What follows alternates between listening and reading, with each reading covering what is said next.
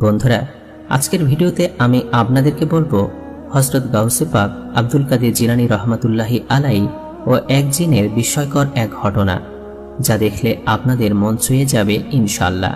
তাই পুরো ভিডিওটি আপনাদেরকে শেষ পর্যন্ত দেখার অনুরোধ রইল। বন্ধুরা, বহুকাল আগে এক রাজ্যে একজন যুবক বসবাস করত। যুবকের স্ত্রী খুবই সুন্দর ছিল। পুরো গ্রামের মানুষের যুবকের স্ত্রীর সৌন্দর্য দেখে আকর্ষিত হতো। যুবক সবসময় এই চাইতো তার স্ত্রীকে পর্দার আড়ালে রাখতে। যুবক তার স্ত্রীকে খুবই ভালোবাসত এবং অনেকটা সম্মান করত। তাই সে সবসময় চাইতো যে ইসলামিক নিয়ম অনুযায়ী তার স্ত্রী যেন পর্দার আড়ালে থাকে। কিন্তু যুবকের স্ত্রী যুবকের কোনো কথাই শুনত না, বরং সে বেপর্দা অবস্থায় সবসময় চলাফেরা করত। একটা সময় যুবক তার স্ত্রীকে বলতে থাকে যে, তুমি এভাবে বেপর্দা অবস্থায় চলাফেরা করো না, কেননা মেয়েদের জন্য ইসলামে পর্দা ফরজ রয়েছে। আর তুমি যদি বেপর্দা অবস্থায় কোনো মানুষের সামনে নাও যাও, তাও জিনরা তোমাকে দেখবে, কেননা তারা অদৃশ্য। আমরা তাদের দেখতে পাই না, কিন্তু তারা আমাদেরকে দেখতে পায়। যুবকের স্ত্রী যুবকের কোনো কথাই শুনত না। সে একেবারে চুল খোলা রেখে বেপর্দা অবস্থাতেই গ্রামের মধ্যে হাঁটা চলা করত।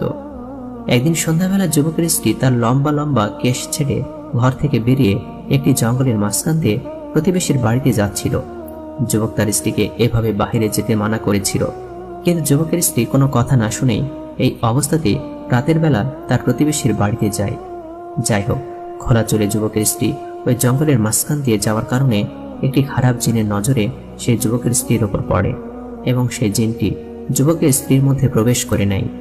যুবক এ বিষয়ে কিছুই জানত না।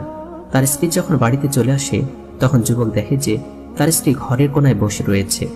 যুবক তখন তার স্ত্রীর উদ্দেশ্যে বলতে থাকে, আমি বাহিরে থেকে এসেছি, আমি খুবই ক্লান্ত, তুমি আমার খাবারের ব্যবস্থা করো।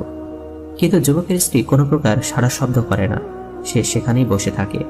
যুবক আবারও তার স্ত্রীর উদ্দেশ্যে বলতে থাকে, তুমি এখানে বসে রয়েছো কেন? আমি বাহিরে থেকে অনেক ক্লান্ত হয়ে এসেছি, তুমি আমার খাবারের ব্যবস্থা করো, আমাকে একটু পানি দাও। কিন্তু এবারও যুবকের স্ত্রী তার কথায় কোনো সাড়া শব্দ করে না। তখন যুবক আবারও তার স্ত্রীর উদ্দেশ্যে বলতে থাকে, আমি বাহিরে থেকে ক্লান্ত হয়ে এসেছি, আমার জন্য খাবারের ব্যবস্থা করো, আমি এতবার করে বলছি, তুমি কি শুনতে পাচ্ছ না? কিন্তু তার স্ত্রী এবারও কোনো সাড়া শব্দ করল না। তখন যুবকের কিছুটা সন্দেহ হলো এবং সে তার স্ত্রীর কাছে গেল এবং সে যখনই তার স্ত্রীকে স্পর্শ করলো, তার স্ত্রীর সাথে সাথে মাটিতে পড়ে গেল এবং সেখানে একেবারে কাতরাতে থাকলো। যুবক এমনটা দেখে বেশ ভয় পেয়ে গেল। তখন যুবক দৌড়ে বাহিরে গেল এবং একজন হাকিমকে তার ঘরের মধ্যে নিয়ে আসলো। সে হাকিমের উদ্দেশ্যে সমস্ত ঘটনা খুলে বলল।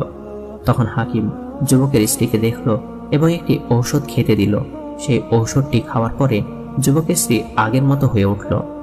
যাই হোক, সেদিন হাকিমের দেওয়া ওষুধ খেয়ে যুবকের স্ত্রী ভালোই ছিল। এরপর থেকে সমস্যার সৃষ্টি শুরু হলো। যুবকের স্ত্রী যখনই কোনো মানুষের সামনে যেত, সে হঠাৎ করে অজ্ঞান হয়ে পড়ে যেত এবং কাতরাতে থাকত। লোকজন যুবকের স্ত্রীর এমন কাণ্ড কারখানা দেখে তারাও বেশ অবাক হয়ে পড়ত। তারা মনে মনে ভাবত যে যুবকের স্ত্রী হয়তো বড় কোনো রোগে আক্রান্ত হয়েছে। এভাবে যখনই যুবকের স্ত্রী কোনো মানুষের সামনে যেত, সেখানে সে অজ্ঞান হয়ে পড়ে যেত এবং অজ্ঞান হওয়ার পূর্বে অনেক কাতরাত। লোকজন যুবকের স্ত্রীর এমন অবস্থা দেখে তাকে বলতো যে, তোমার স্ত্রীকে নিশ্চয়ই কোনো বড় ধরনের জিনে আসর করেছে, যার ফলে সে মানুষের সামনে আসলে এমনটা করছে। তাকে দ্রুত করে ফকিরের কাছে দেখাও এবং তার কাছ থেকে তাবিজ এবং রুকিয়া গ্রহণ করো। একদিন যুবকের পাশেই একজন প্রতিবেশী লোক এসে যুবকের উদ্দেশ্যে বলতে থাকে, তোমার স্ত্রীকে যত দ্রুত সম্ভব একজন ভালো ফকির দেখাও, না হলে সে কখনোই সেরে উঠবে না, কেননা তার এই চিকিৎসা কোনো ফকির ব্যক্তি ছাড়া কেউই করতে পারবে না। এরপর সে প্রতিবেশী যুবকের উদ্দেশ্যে বলতে থাকে, আমার পরিচিত একজন ফকির রয়েছে, যার চিকিৎসা খুবই ভালো এবং সে এই বিষয়গুলো খুব ভালোভাবে দেখতে পারে।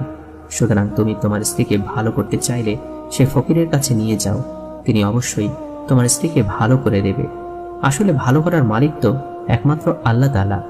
এরপর যুবক সে ফকিরের সন্ধান পেল এবং তার স্ত্রীকে নিয়ে সে ওই ফকিরের উদ্দেশ্যে রওনা দিল। ফকির একটি জঙ্গলের মাঝখানে বসবাস করত।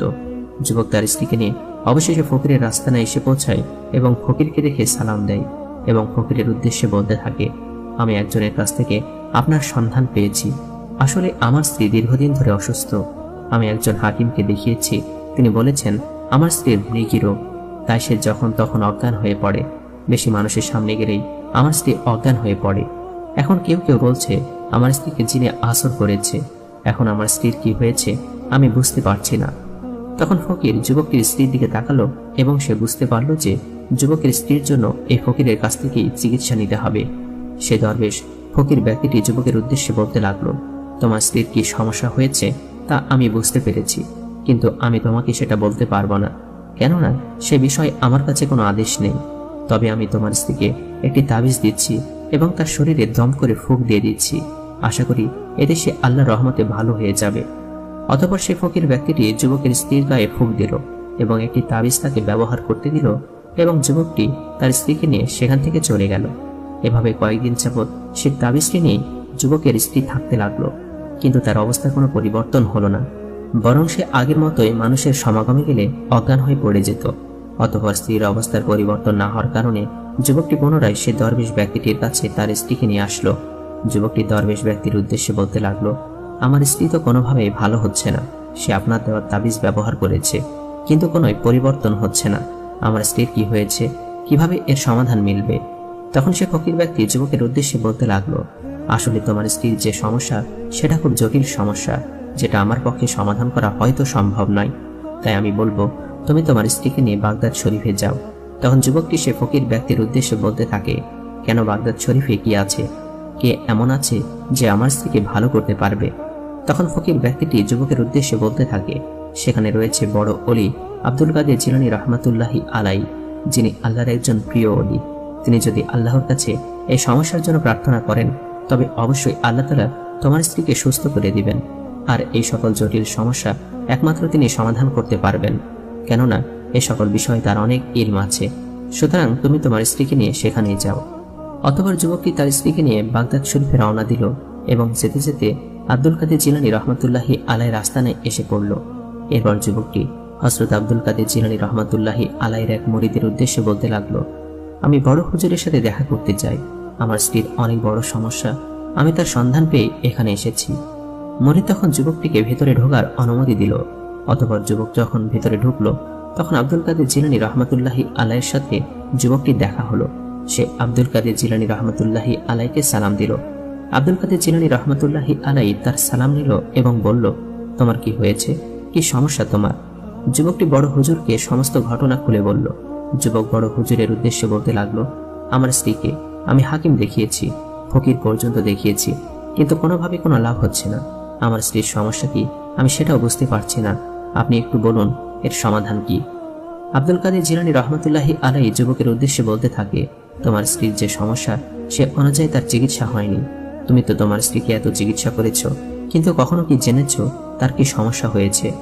যুবক তখন বলতে থাকে, না আমি জানি না তার কি সমস্যা হয়েছে, আপনি বলুন। আব্দুল কাদের জিলানী রহমাতুল্লাহি আলাইহি তখন যুবকের উদ্দেশ্যে বলতে থাকে, তোমার স্ত্রীকে একটি খারাপ জিন আসর করেছে, যার ফলে তোমার স্ত্রীর আজকে এই অবস্থা। আর এটা সেদিনই ঘটেছে যেদিন তোমার স্ত্রী সন্ধ্যাবেলা নিজের মাথার চুল ছেড়ে জঙ্গলের পাশ দিয়ে হেঁটে যাচ্ছিল, আর সেখানে একটি গাছের কাছে সে জিনটি অবস্থান করছিল। আর সেই জিনটি তোমার স্ত্রীর রূপ এবং সৌন্দর্য দেখে মুগ্ধ হয়ে তোমার স্ত্রীর ভেতরে প্রবেশ করে। এখন তুমি যদি তোমার স্ত্রীকে সুস্থ করতে চাও তাহলে তাকে বাড়ি নিয়ে যাও, এবং যখনই দেখবে যে সে আগের মতো কাতরাচ্ছে এবং অজ্ঞান হয়ে পড়ছে, তখনই তুমি তার কানের কাছে পবিত্র কোরআনের শেষের 2টি সূরা পাঠ করবে এবং বারবার সেই সূরাটি পাঠ করতে থাকবে যতক্ষণ না ভেতর থেকে সে জিনটি বের হচ্ছে।